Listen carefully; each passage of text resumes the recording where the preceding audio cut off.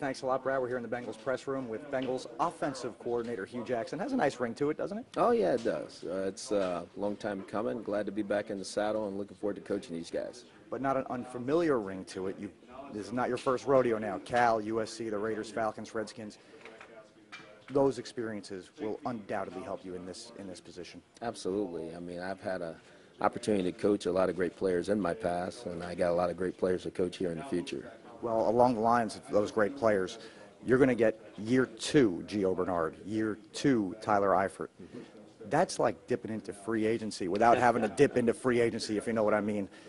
That's going to really be beneficial to have those guys with a year under their belt, and boy, we saw what they can do. They're very talented young players that the organization has put here to go along with some very other talented players we have. So year 2 of both those guys, I'm very much looking forward to it, and I think they're looking forward to it. I was able to talk to Gio a little bit through texting. He's very excited about next year. He wishes he could start playing right now, and I'm sure Tyler feels the same way. So I'm looking forward to getting back out there whenever we can with these guys. You know, you've been a head coach before. You have more experience than Jay, but they say you can learn a little something from everybody.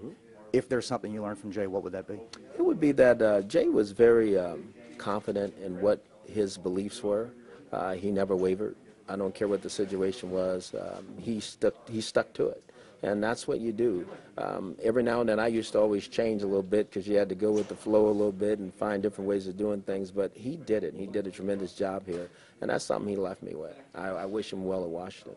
A couple more. I know that the team, Andy, didn't leave everybody with the taste they wanted.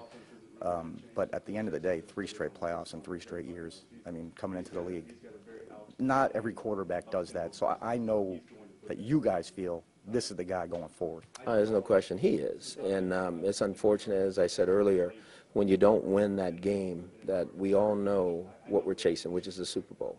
And when you don't win the game so that you have to go home where you're not playing for it, then it's disappointing, and all the blame goes to the quarterback. And I know he'll be the first to tell you he didn't play as well as he'd like to play. But at the end of the day, we all have to help him. You know, on offense, the offensive line, the receivers, the running backs, we all are responsible for helping that offensive unit get over the hump. Last thing, be honest, when does the film study start? It's already started. That's what I thought. It already has. We got some stuff to do, and I got to do it with the coaches first, and then we'll move on to the players. All right, Brad, we're in the Bengals press room with the brand new offensive coordinator, Hue Jackson. We'll send it back to you.